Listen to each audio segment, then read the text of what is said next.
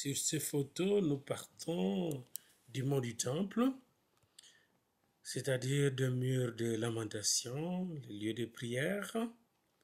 De là, nous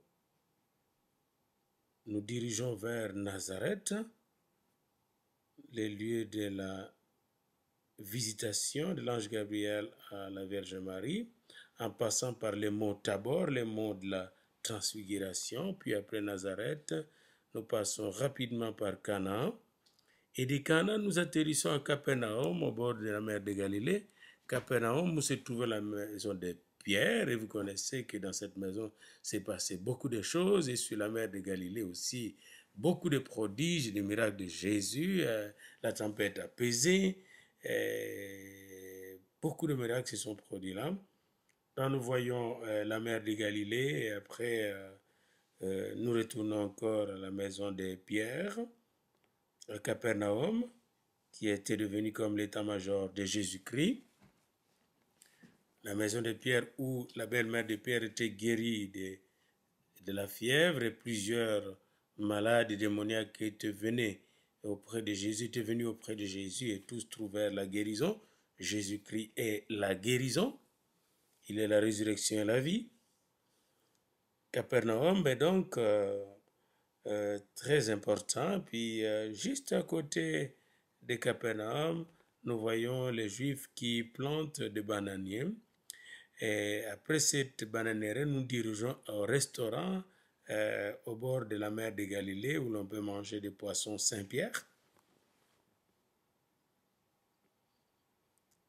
Après avoir pris le repas Saint-Pierre, nous nous sommes dirigés, le poisson Saint-Pierre, nous sommes dirigés au Jourdain.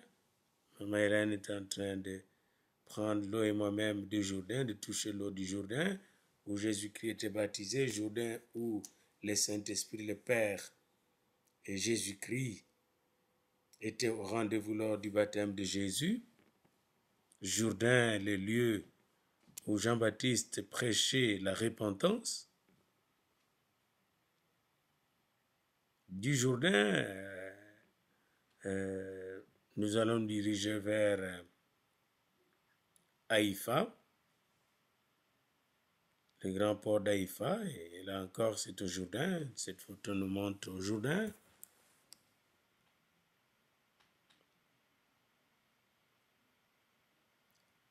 Et en venant de Jourdain, on est allé vers Haïfa. C'est la mer de Galilée qui est au loin. Nous avons parcouru la mer de Galilée, le bordure de la mer de Galilée, pour nous diriger vers Haïfa. Là, c'est le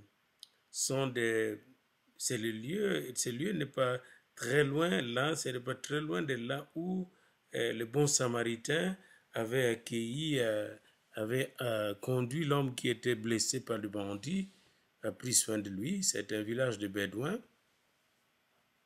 Et là, il y a le motel qui s'appelle justement Samaritan Motel. Nous ne sommes pas loin de Jéricho. Vous voyez le palmier là-bas. Nous dirigeons vers la mer Morte en passant par En-Gedi, le lieu où se trouve les caves où se cachait David quand il fouillait Saoul. Là, nous nous retrouvons à Masada, la forteresse de Masada, construite par Hérode.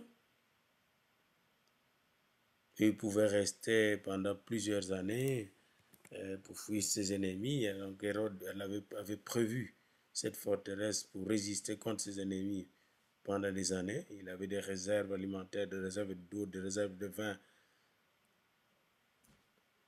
tout à fait suffisantes pour résister à l'ennemi pendant des dizaines d'années. C'est toujours Masada. Et à Masada se trouve aussi une petite synagogue qui date du temps d'Hérode, où les Juifs se retiraient pour prier. Nous sommes toujours à Masada avec notre guide juif. Je pense qu'il s'appelait Moshe.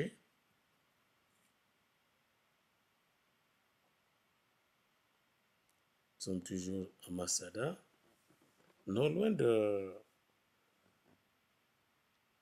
du couvent où se trouve le manuscrit de la Mère morte.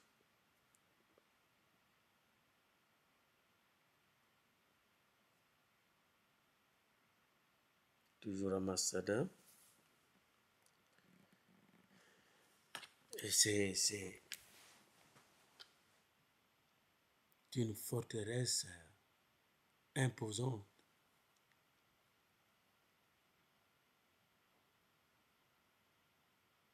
Très imposante. Une des merveilles de l'histoire de la construction humaine. Et en regardant cela, quand vous vous rendez compte qu'Hérode est passé, vous allez réaliser que tout passe ici-bas.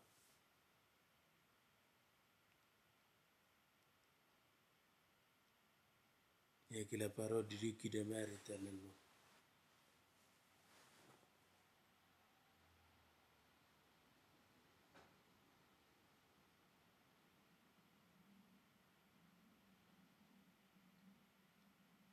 Voilà donc Masada.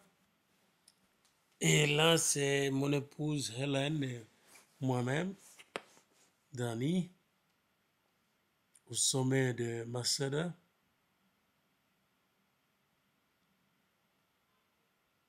Un des points les plus élevés de la terre.